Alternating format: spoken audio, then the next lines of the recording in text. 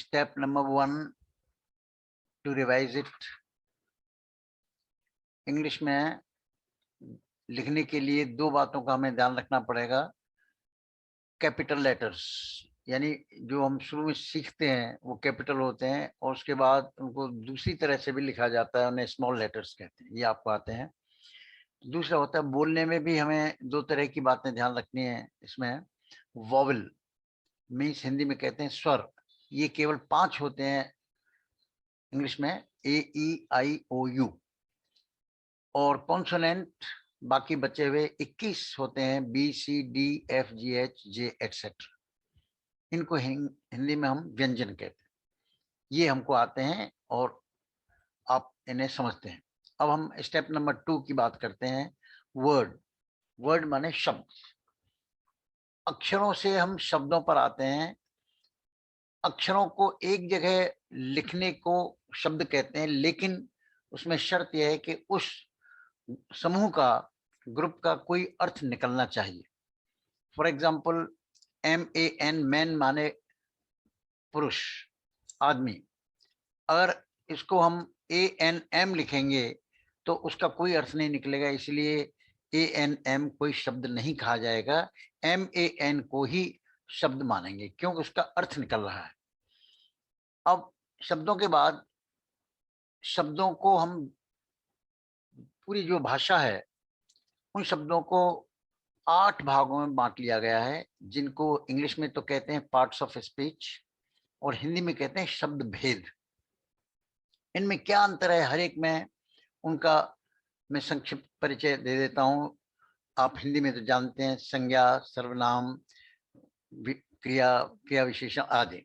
English में इनके लिए शब्द हैं। पहला है नाउन, दूसरा है प्रोनाउन, तीसरा होता है एडजेक्टिव, चौथा होता है वर्ब, पांचवा होता है एडवर्ब, छठा होता है प्रपोजिशन, 7th होता है कंजंक्शन और 8th होता है इंटरजेक्शन।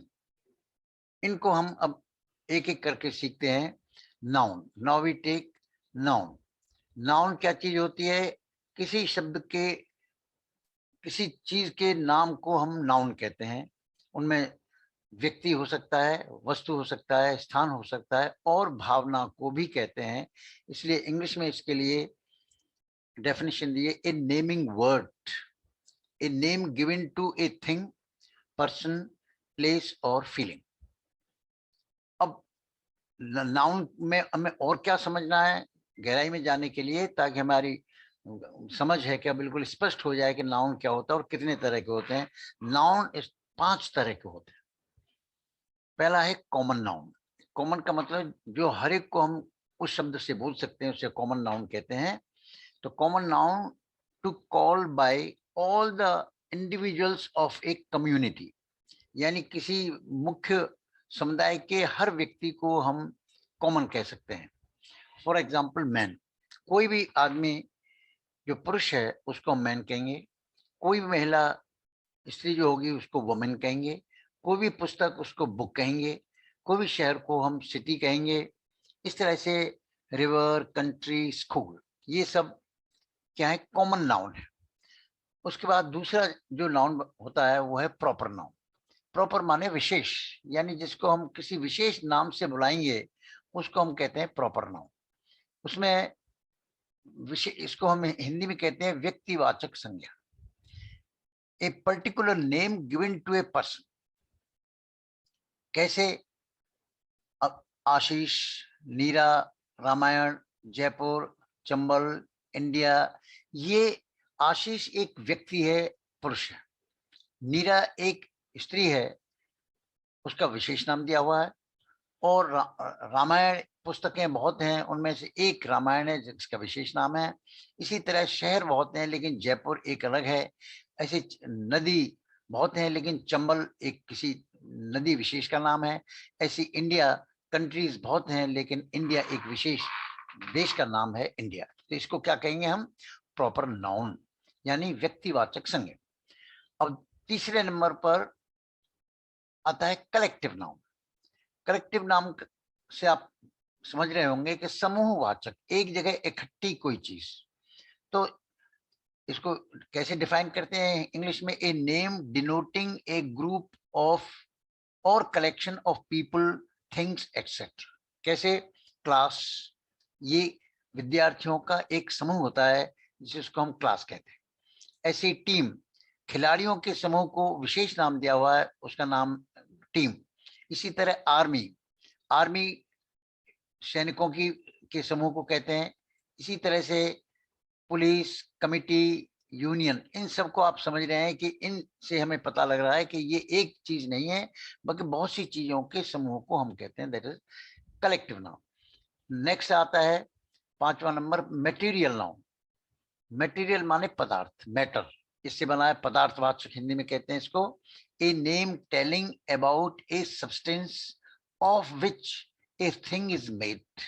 कोई चीज किस चीज की बनी है, धातु की बनी है, वस्तु कौन सी वस्तु है, उस वस्तु को हम मैटर कहते हैं, उससे बन गया ये मटेरियल नाउन। इसके उदाहरण क्या है? पेपर, कागज किसी चीज से बना हुआ है। Would, iron, Chowk, plastic, cloth, gold, steel, soil, water, oil, milk etcetera, ये सब क्या है? इनके मटेरियल नाउन की विशेषताएं, शब्द हैं। Now last one is abstract noun. 5वां जो होता है ये एब्स्ट्रैक्ट नाउन है। A name indicating some hidden feeling, quality और a characteristic of a thing और पर्सन। किसी व्यक्ति के विशेषता को हम एब्स्ट्रैक्ट नाउन कहते हैं। कैसे चीज है वो? जैसे ऑनेस्टी। अब ऑनेस्टी क्या क्या मतलब? ईमानदारी। ईमानदारी क्या होती है? जिसको हम देख नहीं सकते लेकिन उसको महसूस करते हैं। उसी तरह से स्मूथनेस, तो स्मूथनेस माने चिकनाई, चिकनी चीज कोई, उसके चिकनाहट। ऐसे डिसेंसी, डिसेंसी माने शिष्टता, शिष्टाचार, उसको हम देख नहीं सकते। Refinement, motion, gentleness, prosperity, health, etc. ये सब क्या है? दे आर ऑल फीलिंग्स और क्वालिटीज ऑफ सम पर्सन, तो उनको हम एब्स्ट्रैक्ट नाउन में काउंट करते हैं। Now what we have to learn about noun. Noun की अभी तक आपने क्या सीखा? 5 तरह के नाउन बताए, common noun, proper noun, collective noun, material noun और एब्स्ट्रैक्ट नाउन। अब नाउन के बारे में दूसरी बात हमें क्या सीखनी है? वो है नंबर। नंबर का मतलब आप हिंदी में वैसे जानते हैं, संख्या को कहते हैं, लेकिन यहाँ पर नंबर का मतलब होता है हिंदी में वचन, जिसको हम वचन, एक वचन, बहुवचन। उसी तरह इंग्लिश में एक वचन के लिए सिंगल चीज आ रही है, तो इसलिए इसको हम सिंगुलर कहते हैं। इसको कैसे डिफाइन किया गया है इंग्लिश में? डिनोटिंग वन थिंग और वन पर्सन एटसेट्रा। इसको उदाहरण क्या है? जैसे MAN, मैन, एक आदमी को ही हम MAN कहेंगे, लेकिन ज्यादा के लिए इसके लिए आपको अलग से ये सब बातें जाननी पड़ेंगी कि मैन MAN है क्या ये, इसका फिर बहुवचन क्या बन जाता है, उसको हमें ध्यान रखना पड़ेगा। MEN, मैन, ये जैसे ये शब्द है मैन, आपने देखा ये MAN, ये वाला MAN, इसका ये एक आदमी को MAN कहेंगे, लेकिन ज्यादा आदमी होंगे इसमें S नहीं लगाएंगे, बल्कि इसके लिए अलग से अंग्रेजी में बताया गया है MEN, फिर S लगाने की जरूरत नहीं।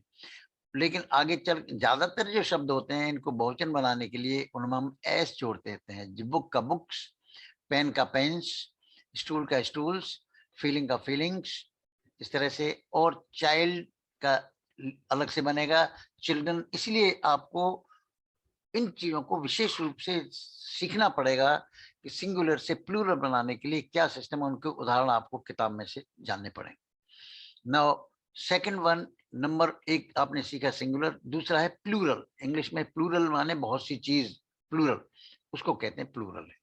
अब प्लूरल का मतलब एक से अधिक चीजों को हम प्लूरल कहेंगे।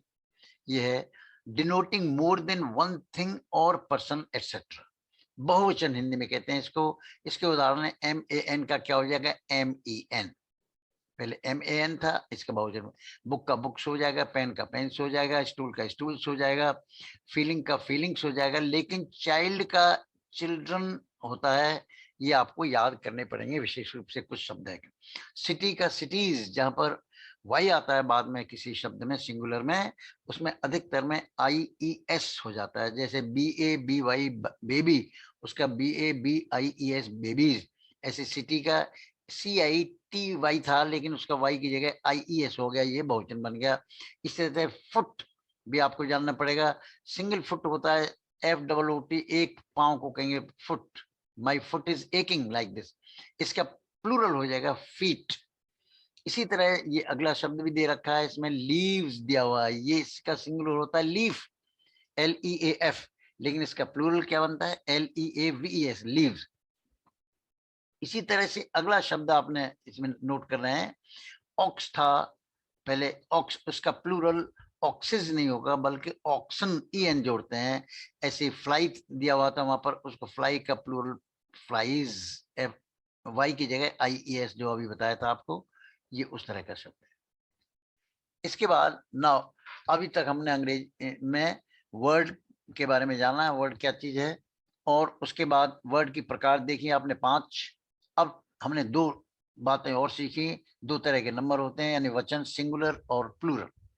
Now we pass on to the next thing about to know about noun. Noun की और क्या चीज हमें सीखनी पड़ेंगी। तीसरा पॉइंट है जेंडर्स, इंग्लिश में इसको कहते हैं लिंग। जेंडर हिंदी में आपने जानते हैं पुल्लिंग, स्त्रीलिंग, ठीक है ना। इसी तरह से इसमें 4 तरह के भेद डाले गए हैं इंग्लिश में जानने के लिए। फर्स्ट इज, पुल्लिंग को कहेंगे मैस्कुलिन, MASCULINE, मैस्कुलिन जेंडर। ये पुरुषों के लिए, जहां से पुरुष का पता लगता है, उसको हम कहते हैं मैस्कुलिन जेंडर। जैसे मेल पर्सन और मेल एनिमल, ये व्यक्तियों के लिए या जीवों के लिए आता है, तो उसको हमें, जैसे बॉय, लड़के को बॉय कहेंगे। फादर ये पुरुष होता है, ब्रदर ये पुरुष होता है, डॉग ये पुरुष का होता है, मेल, और इस तरह से। नाउ उसके बाद मैस्कुलिन के बाद दूसरा जेंडर है इंग्लिश में फेमिनिन, इसको हिंदी में कहते हैं स्त्रीलिंग। स्त्रीलिंग माने जैसे बॉय पुल्लिंग था, उसका गर्ल हो जाएगा स्त्रीलिंग के, उसमें गर्ल, ये गर्ल है। फादर का स्त्रीलिंग क्या हो जाएगा मदर, ब्रदर का स्त्रीलिंग सिस्टर, डॉग का स्त्रीलिंग बिच, और हॉर्स का स्त्रीलिंग मेयर, मेयर MARE, और पोइट का स्त्रीलिंग पोइटेस। ये आपको अभ्यास करने पड़ेंगे, ये केवल उदाहरण दिए जा रहे हैं, लेकिन आपको इनको सबको एक क्रमबद्ध तरीके से जानना पड़ेगा, जो बुक के अंदर दे रखे हैं, जो मैंने आगे आपको बुक को रेफर करूंगा। नाउ तीसरा लिंग होता है इंग्लिश में कॉमन, कॉमन जेंडर। कॉमन, जैसे पहले आपने कॉमन नाउन, उसी तरह कॉमन जेंडर, यानी जो सबको हम उस शब्द को यूज कर सकते हैं। क्या डेफिनेशन है, a word used commonly for both male and female. अब ये हमें ये ध्यान रखना है, कई चीज ऐसी, कई व्यक्ति या वस्तु ऐसी होते हैं जिनको हम दोनों को एक ही शब्द से हम कह सकते हैं। फॉर एग्जाम्पल टीचर, और टीचर पुरुष भी हो सकता है, स्त्री भी हो सकती है टीचर। और डॉक्टर, डॉक्टर पुरुष भी हो सकता है, स्त्री भी हो सकती है। इस तरह से आपको इनको जानना पड़ेगा। लेबरर, स्टूडेंट, ये कॉमन है, इनको हर एक कोई स्टूडेंट, लड़की होगी उसको भी स्टूडेंट कहेंगे, लड़के को भी कहेंगे लेबरर, स्त्री को भी, पुरुष को भी, तो यानी इसको कहते हैं common gender. Last one is neuter gender in English, there is one more. Hindi में हम इनको खाली निर्जीव लिंग ऐसा नहीं बताया जाता, लेकिन यहाँ पर अंग्रेजी में इसको और स्पेसिफाई किया हुआ है, used for non living things. जो निर्जीव वस्तुओं के लिए जिन शब्दों का प्रयोग करते हैं, उनको हम कहते हैं neuter gender. For example chair, कुर्सी, pen, bike, house, tree, book, field, these are the examples of neuter gender. इस तरह से हम नाउन के बारे में इतनी बात सीख गए। नाउन क्या होता है, 5 तरह का, ये बताया हुआ आपको। उसके फिर वचन सीखे, नंबर, सिंगुलर, प्लूरल। उसके बाद हमने जेंडर, जेंडर सीखे, ये 4 तरह के होते हैं, masculine gender, feminine gender, common gender and neuter gender. इस तरह से हमारा नाउन का ये भाग पूरा होता है। ये आपको पुस्तक में से इस इनके बारे में पूरी विस्तृत जानकारी और सीखनी पड़ेगी। ये मैंने केवल एग्जाम्पल के रूप में दिया है। Today we finish at this topic here only. Thank you.